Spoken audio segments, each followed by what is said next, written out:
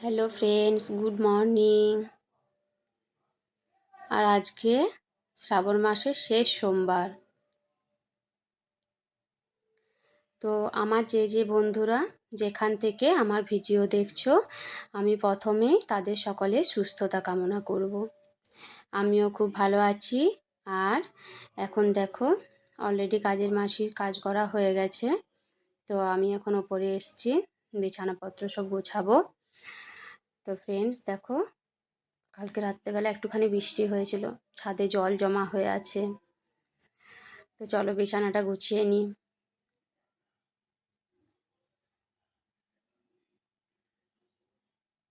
আর এই শ্রাবণ মাসের সোমবারে না, যেহেতু বাবার মাথায় জল ঢালা হয়, তাহলে তাড়াহুড়ো করে কাজ না করলে ঠিক টাইমে সব কিছু ম্যানেজ করতে পারি না।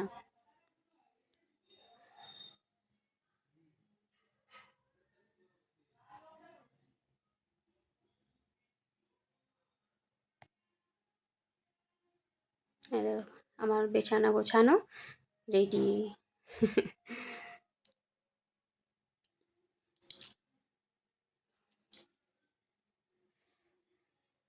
আর ওদিকে এবারে মায়ের স্নান টান হয়ে গেছে, মা ঠাকুর ঘরে কাজ করবে।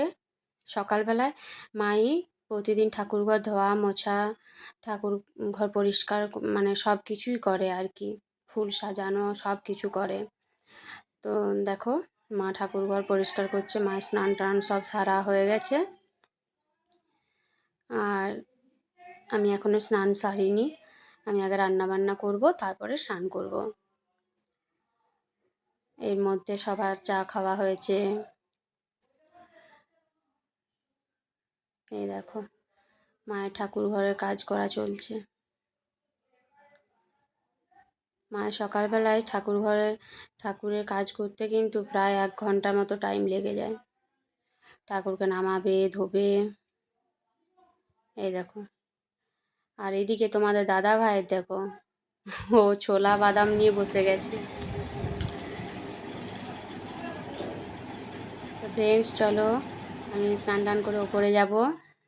এখন ওপরে চলে এসেছি ফ্রেন্ডস। আর এখন ওপরে একটু গাছে জল দেব। আর এই যে আমি যেগুলো কাচলাম জামা কাপড়গুলো আছে, সেগুলো এখন মেলবো। চলো ঝটপট কাজ সেরে নিই, এবার আবার রান্নাঘরে যেতে হবে। আর দেখো, সকাল থেকে যেহেতু বেটুর স্কুল থাকে না, সেই জন্য সকালটা মানে খুব তাড়াহুড়ো করে পরে বেরোয়। হুম।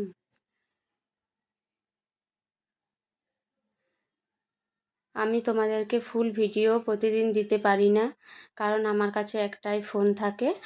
আর মানে ফোনটা অনেক সময় বেটুও দেখে, আবার আমি কোনো টাইম হয়তো ভিডিও করতে পারি, সেই জন্য পুরো ভিডিও দেওয়া সম্ভব হয় না।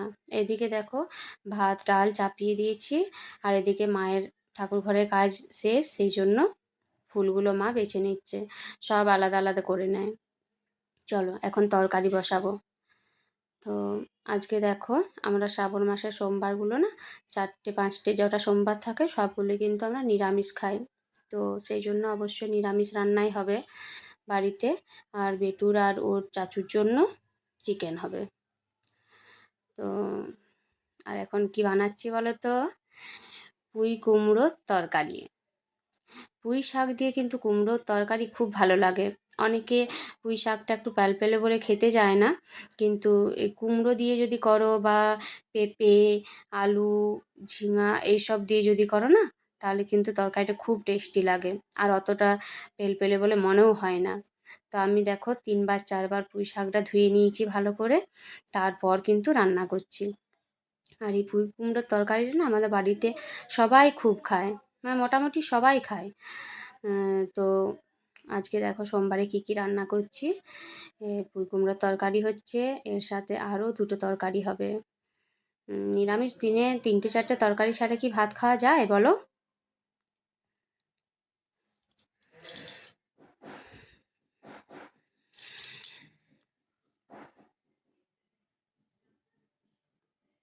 আর এদিকে দেখো, একটুখানি বাড়িতে ভাজা মশলা করে রাখি, তো তো সেটাই একটুখানি দিয়ে দেবো যার স্মেলের জন্য।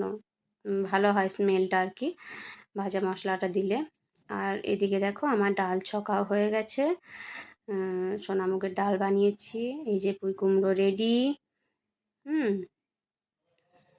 পুঁই কুমড়ো রেডি হয়ে গেছে। আর এদিকে দেখো কালকে ফুলকপির তরকারি হয়েছিল, তো সেই শাকগুলো বেশ ভালো লাগে কিন্তু আমার খেতে। তো বাড়িতে ফেলেই দিচ্ছিল, বললাম যে না ফেলো না, একটুখানি শাক ভাজা করব, দেখবে খেয়ে ভালো লাগবে সবার। তো সেই জন্য একটুখানি শাক ভাজা করছি।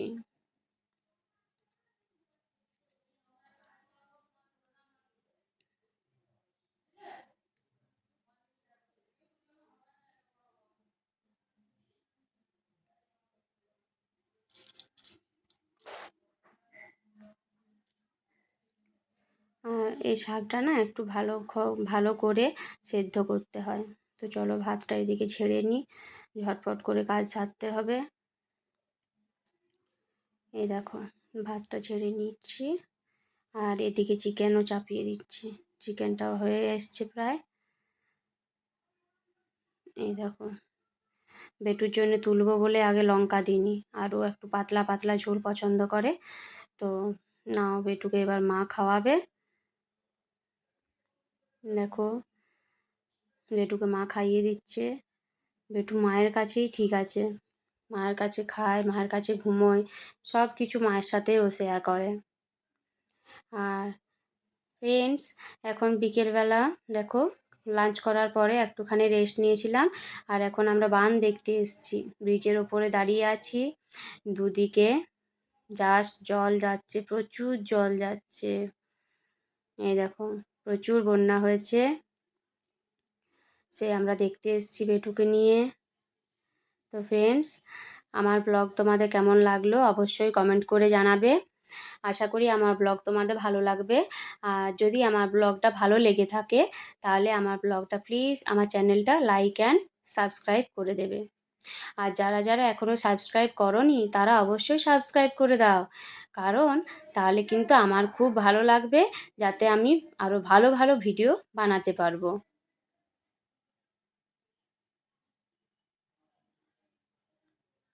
কত জল যাচ্ছে দেখো। বর্ষাকালে এই দৃশ্যগুলো দেখতে কিন্তু খুবই ভালো লাগে, খুব ভালো লাগে এই দৃশ্যগুলো দেখতে। আর দেখো প্রচুর লোক এসছে বান দেখতে।